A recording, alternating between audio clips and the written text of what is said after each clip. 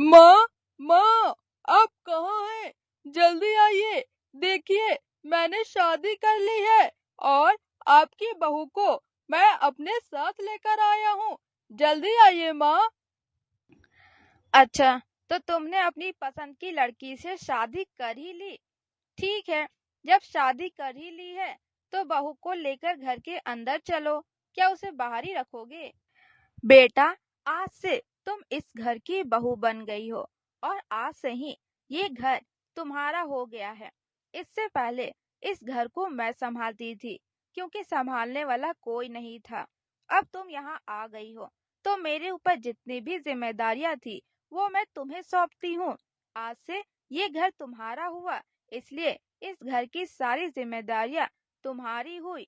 अब मैं आराम करूंगी और तुम घर संभालना। ये सारी जिम्मेदारियां मैं तुम्हें आज से सौंप दे रही हूँ।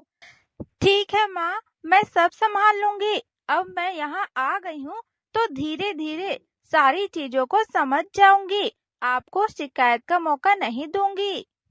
सुबह हो जाती है। रामू की माँ अपने घर के बाहर झाड़ू लगा रही होती है। वहीं रामू अपने काम के लिए घर से निकल जाता है। रामू की माँ जब देखती है कि रामू घर से चला गया है तो वो सीधे अपनी बहू के कमरे में जाती है, जहां वो देखती है कि उनकी बहू रानी अभी तक सोई हुई है। ये देखकर उन्हें बहुत गुस्सा आ जाता है और वो गुस्से में रानी से कहती है, सुबह हो गई है और महारानी अभी तक सोई हुई है। सुबह के काम क्या मैं करूंगी? जल्दी उठो और तुम्हारे पास जितने भी गहने हैं वो सारे गहने लाकर मुझे दो। लेकिन माँ, मैं आपको वो गहने नहीं दे सकती हूँ। मेरी माँ ने मुझे बहुत प्यार से वो गहने दिए हैं। मैं आपको नहीं दे सकती हूँ। क्या कहा? तुम्हारी इतनी हिम्मत? तुम मुझे गहने देने से मना कर रही हो? तुम्हारी माँ ने दिया है तो इससे क्या फर्क पड़ता है? मुझे अभी के अभी सारे गहने ला कर दो, नहीं तो तुम्हारे लिए ठीक नहीं होगा। रामू की माँ के डर से रानी अपनी माँ के दिए हुए गहनों को लेकर अपनी सास को दे देती है और फिर रामू की माँ उन गहनों को लेकर वहां से चली जाती है। अगली सुबह रामू की माँ गुस्से में रानी के कमरे आती है, जहां वो देखती है कि रानी अभी तक सोई हुई है। और फिर रामू की माँ को गुस्सा आ जाता है और वो जोर से चिल्लाते हुए कहती हैं, सुबह हो गई है, रामू काम पर चला गया है, घर के सारे काम मैंने कर दिए हैं और ये महारानी अभी तक सोई हुई है। जल्दी उठो और मेरे लिए खाना का इंतजाम करो, मुझे भूख लग रही है। माँ जी, मैं माफी चाहती हूँ। आप बाहर जाकर बैठिए, मैं अभी तुरंत आपके लिए कुछ न कुछ बनाकर लेकर आती हूँ। और फिर रानी रसोई घर में खाना बनाने लगती है। तभी वहां पर रानी की सास आती है और रानी से कहती है, ये क्या कर रही हो बहू? तुम बहुत थक चुकी हो। जाओ अपने कमरे में जाकर आराम करो, बाकी का खाना मैं बना दूंगी। माँ, मुझे कोई दिक्कत नहीं है, मैं खाना बना दूंगी। आप परेशान मत होइए। मैंने तुमसे कहा ना, जाकर अपने कमरे में आराम करो। और वैसे भी एक दिन में ही सारे काम नहीं सीख जाओगी। सारे काम सीखने में तुम्हें अभी समय लगेगा। मुझे खाना बनाने दो। अपनी सास की बात मानकर रानी वहां से चली जाती है। कुछ ही देर में रामू घर वापस आ जाता है और वो जोर जोर से अपनी माँ को आवाज देने लगता है, माँ, कहाँ है? जल्दी आइए, मेरे लिए खाना लेकर आइए। मुझे बहुत जोरों की भूख लग रही है। माफ कर दो बेटा, आज खाना बनाने में थोड़ी देरी हो गई। मुझे माफ कर दो। सुबह की कुछ रोटियां बची हुई है, मैं तुम्हारे लिए वही खाने में ले आती हूँ। अभी उसी को खा लो। मैं तुम्हारे लिए तुरंत खाना बना दे रही हूँ। माँ, आप क्यों खाना बना रही है? रानी क्या कर रही है? आपको खाना बनाने की जरूरत नहीं है। रानी खाना बनाएगी। वो कहाँ है? थोड़ा धीरे बोलो बेटा, बहू इस वक्त सो रही है। मैं क्या करूँ? मुझे तुम्हें बताना बिल्कुल भी अच्छा नहीं लगता है। सुबह का काम सारा मैंने किया, दोपहर का भी काम सारा मैंने किया। महारानी सो रही थी। जब मैंने उसे खाना बनाने के लिए कहा तो उसने मुझे कह दिया कि मैं खाना नहीं बनाऊंगी। मुझे लगा वो खाना बना देगी, इसलिए मैं खाना नहीं बना रही थी। फिर मैंने देखा कि वो अपने कमरे में सो रही है और तुम्हारे आने का समय भी हो गया था, इसलिए मैं खुद ही चली गई खाना बनाने के लिए। ये क्या रानी, मुझे तुमसे ये उम्मीद नहीं थी। माँ अकेले काम कर रही है और तुम कमरे में आकर सो रही हो। अब रोने का नाटक मत करो मेरे सामने। अगले बार मुझे कोई शिकायत नहीं मिलनी चाहिए। बहू, आज तुम्हें मेरे साथ खेत चलना होगा। खेत में धान पक गए हैं और उन्हें काटने का समय हो गया है। मेरे साथ खेत में तुम धान की कटाई करना। ठीक है माँ, मैं आपके साथ धान काटने चलूंगी। इतना बोलकर रानी और रानी की सास दोनों खेत जाने के लिए घर से निकल जाते हैं। खेत पहुंचकर रानी अकेले ही धान काटती है और रानी की सास बैठकर देख रही होती है। धान काटने के बाद जब रानी और रानी की सास घर वापस आ रहे थे, तभी रास्ते में रानी की सास को ठोकर लग जाती है, जिससे कि वो जमीन पर गिर जाती है और वो जोर जोर से चिल्लाने लगती हैं। हे भगवान, ये क्या हो गया मेरे साथ? मुझे चोट लग गई, मुझे दर्द हो रहा है। मेरा बेटा रामू कहाँ है? बेटा, मुझे तुम्हारी बहुत जरूरत है। माँ, आप परेशान मत होइए, मैं अभी आपको घर ले जाती हूँ और आपकी चोट पर मलहम लगा देती हूँ, आपको आराम मिलेगा। रानी अपनी सास को अपने घर ले जाती है और उनकी चोट पर मलहम लगा देती है। रामू को जब ये खबर मिलती है तो वो तुरंत घर आता है और अपनी माँ की आवाज सुनकर अपनी माँ से कहता है।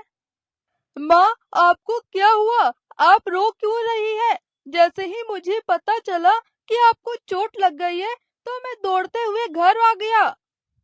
सब बहू की वजह से हुआ है बेटा। मैंने इससे कहा कि मुझसे धान की कटाई नहीं हो पाएगी, रामू आएगा तो वो धान काट लेगा, लेकिन ये नहीं मानी और मुझे जबरदस्ती खेत ले गई और मुझसे सारा धान कटवाया। वापस आते समय मैं रास्ते में गिर गई और मुझे चोट लग गई और मेरी ये हालत हो गई। ये क्या सुन रहा हूँ मैं रानी? तुम जानती हो कि माँ की तबीयत ठीक नहीं रहती है, इसके बावजूद तुमने माँ से धान कटवाया, उन्हें खेत लेकर गई। नहीं, माँ झूठ बोल रही हैं। मैं उन्हें खेत लेकर नहीं गई, बल्कि वो मुझे खेत लेकर गई और मुझसे सारा धान कटवाया। वो झूठ बोल रही हैं। तुम्हारी इतनी हिम्मत, मेरे सामने खड़ी होकर मेरी ही माँ को झूठा बोल रही हो। मेरी ही गलती थी, मुझे तुमसे शादी करनी ही नहीं चाहिए थी। यही तो मैं चाह रही थी। मुझे कोई चोट नहीं लगी है। अपने बेटे को इसी तरह भड़काकर एक दिन तुम्हें घर से बाहर निकलवा दूंगी। रानी, इस बार मुझे व्यापार में बहुत बड़ा नुकसान हो गया है, जिस वजह से मुझे पैसों की दिक्कत हो गई है। मैं तुमसे तुम्हारे गहने मांगने आया हूँ। उन्हें गिरवी रखकर कुछ पैसे लेकर अपने सारे नुकसान की भरपाई कर लूंगा और जब पैसे आ जाएंगे तो मैं गहने वापस लेकर आ जाऊंगा। अभी तुम मुझे अपने गहने दे दो। गहने तो मेरे पास नहीं है। मैंने अपने सारे गहने माँ को दे दिए थे, लेकिन आप यहीं पर रुकिए, मैं अभी माँ से गहने मांग कर लेकर आती हूँ। रामू और रानी आपस में जो कुछ भी बातें कर रहे थे, बाहर चुपके से रामू की माँ सारी बातें सुन रही थी। सारी बातें सुनने के बाद रामू की माँ रामू के पास आती है और रामू से कहती है। बेटा, बहू झूठ बोल रही है। बहू ने मुझे अपने कोई भी गहने नहीं दी है। वो सारी बातें झूठ बोल रही है। मेरे पास कोई गहने नहीं है। माँ, आप झूठ क्यों बोल रही हैं? आप खुद मेरे कमरे में आकर मुझसे गहने लेकर गई थी, फिर आज झूठ क्यों बोल रही हैं? देखो बेटा, तुम्हारे सामने ही तुम्हारी पत्नी मुझे चोर कह रही है। मैं चोर हूँ, मैं ऐसा काम कर सकती हूँ? तुम ही बताओ बेटा। हे भगवान, ये कैसा कैसा दिन देखना पड़ रहा है। ए माँ बस बहुत हो गया। आप दोनों का रोज रोज का नाटक अब मेरे बर्दाश्त के बाहर हो रहा है। मुझे इस घर में रहना ही नहीं है। मैं ये घर छोड़कर जा रहा हूँ।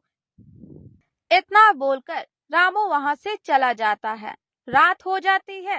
रात के समय रामू की माँ रानी से कहती है, तुम्हें क्या लग रहा था कि तुम मेरे बेटे को फंसा लोगी और मेरे खिलाफ खड़ा कर दोगी? ऐसा कभी नहीं हो सकता है। मेरा बेटा मेरे खिलाफ कभी नहीं जाएगा। वो हमेशा मेरा बेटा ही बनकर रहेगा, तुम्हारा पति नहीं। माँ, आपको शर्म आनी चाहिए ऐसी बात बोलने में। सारा काम मुझसे करवाती हैं और नाम अपना लेती हैं। अपने बेटे को मेरे बारे में भड़काती हैं और मुझे कहती हैं कि मैं आपके बेटे को छीन रही हूँ। आप एक नंबर की झूठी हैं।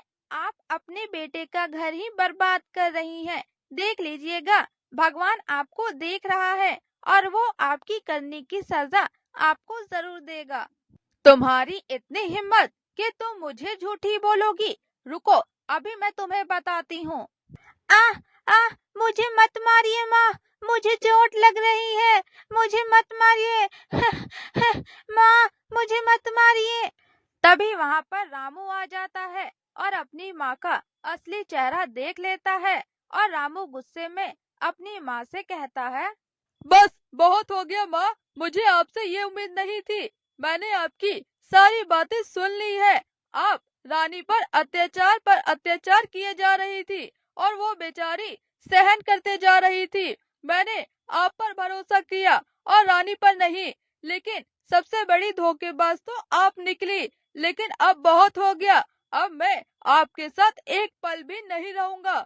मैं रानी को लेकर बहुत दूर चला जाऊंगा। नहीं बेटा, मुझे माफ कर दो। मुझसे बहुत बड़ी गलती हो गई। अब मैं ऐसा नहीं करूंगी। मैं तुम्हारे बिना नहीं रह सकती बेटा। मुझे छोड़कर मत जाओ। मुझे माफ कर दो।